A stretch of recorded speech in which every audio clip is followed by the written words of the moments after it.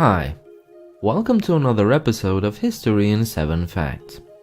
In this show, we'll explore some of the most interesting things that we know or not know about our own past. In this chapter, we're going to discover some of the lost ancient worlds to see if we can find some interesting facts you may not know. Today I want to talk about a fascinating subject. Have you ever noticed that ancient European history always comes down to the Thracians, Romans, Greeks, and maybe the Egyptians and Persians? There's little to no texts that talk about a contact with China. Why is that? Did our ancestors really live in a relative isolation from each other? Well, there are some mummies in the desert that seem to suggest that this was not the case. For centuries, China has been viewed as an isolated society, closed off from outside cultures. And after all, it does seem logical. China is an incredibly huge place, surrounded by gargantuan mountains, deserts, oceans, and harsh steppes, so geographically, China was not an easy place to reach. So naturally, their culture reflected that. Even their rulers considered China as the center of civilization, unpolluted by outside influences. Given these facts, historians have generally accepted that there has been no contact between Europe and China before the year 140 BC.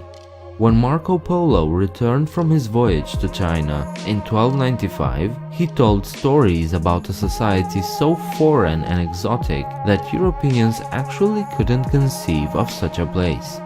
However, during the 1970s, China's isolation was broken by a radical discovery in the Taklamakan Desert. In the salty sands of the desert, the mummified remains of men, women, and children were found. These remains were incredibly well preserved. During winter, the frost prevented decomposition, and in the scorching summer heat, the bodies just dried out. Radiocarbon dating proves these people lived some 4,000 years ago. The first discoveries were made near the city of Churchen, and as archaeologists sweep the area, they found hundreds of mummified remains. Those people belonged to a culture that spanned for at least 1,000 years. So now you might be wondering, why were these mummies so special?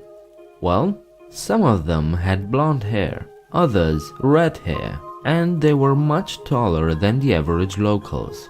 Their facial features, however, were the most shocking. These people were clearly Caucasians. The political implication of the discovery was that China's isolation theory was basically destroyed. What worried the authorities was that the discovery was made in the province of Xinjiang, which according to the local historians was always Chinese. Records dating back to the Han Dynasty say that the first people settled the region in the 2nd century BC with the purpose of opening trade routes to the west. But the mummies show that others were already living there thousands of years before the Chinese. Xinjiang is also the province where the Uyghurs live in a majority, and they are a separate ethnic group from the Chinese. They never considered themselves to belong to the Chinese cultural group, and are in fact a Turkic nation. The discovery of the mummies was feared by the authorities to be used in the claim of the Uyghurs for independence. The communist regime quickly tried to sweep the discovery under the rug, but they failed. The Museum of Urumqi in the region's capital managed to persuade the authorities to display at least some of the mummies. However, they were displayed behind curtains. Still, they were spotted by Professor Victor Mayer from the University of Pennsylvania, who did manage to study the displayed mummies. Together with a small science team, he was allowed to analyze the bodies. The first thing he discovered was that those people were from the Bronze Age, having settled the area about 4,000 years ago. Near the ruins of Lulan, over 100 mummies were discovered. together with their tools, pottery, clothing, and even remains of their food. The Lulan people seem to have been the first wave of colonists from the west, while at Churchen the remains were about 1000 years younger, meaning the migration from west to east happened in episodes.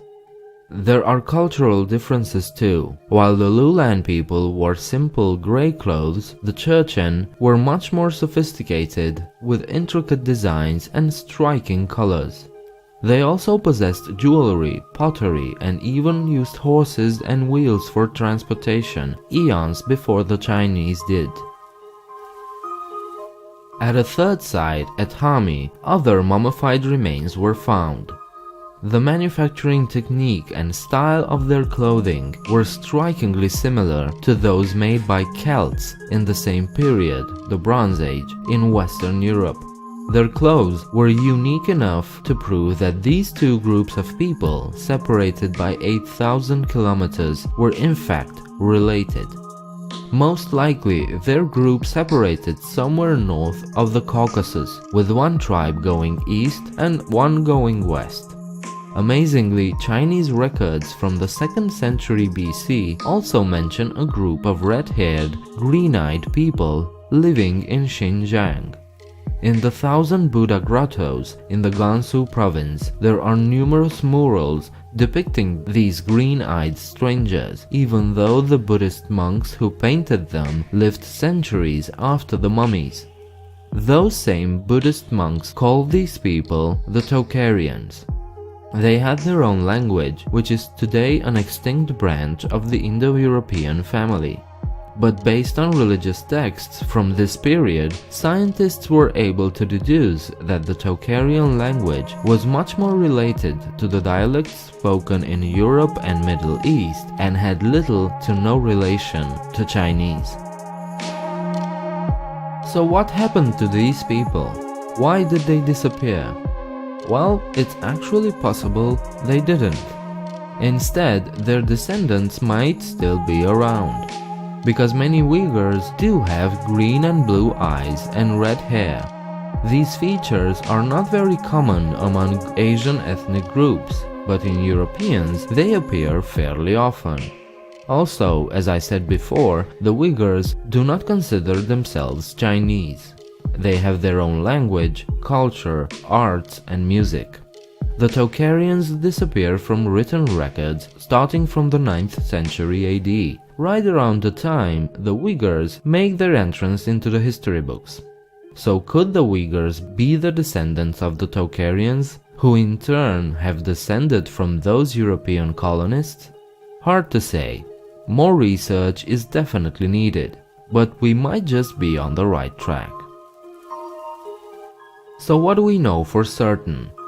Well, the oldest weaved cloths made from wool were found in the Caucasus region.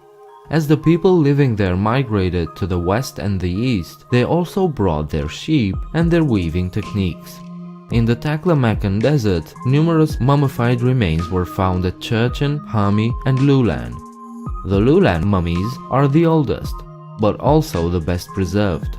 At Hami, the Celtic clothings were discovered, proving a link between these people and European Celts.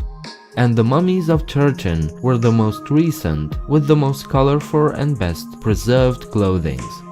All share the same facial and body features and have a distinctly European look. And the Mogao cave paintings show these blue-eyed blondes and green-eyed redheads living with the local Asian populations. So what does this prove?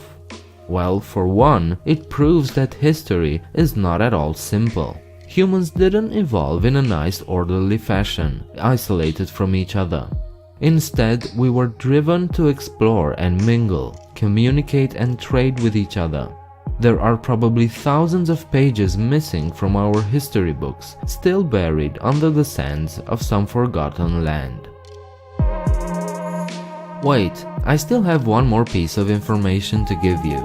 China also has some Roman descendants. DNA tests show that a large portion of the people living in the area of the former city of Liqian in the Gansu province have European genetic markers.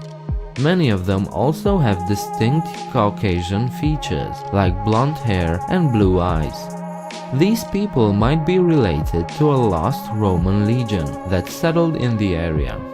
In the book of the late Han Dynasty, there's a mention of a specific type of defense formation. That formation is specific only to the Roman army. This grabbed the attention of Professor Homer Hazenflug Dubs in 1930, who then looked at the many battles that took place in the space between Rome and China. And he came up with this.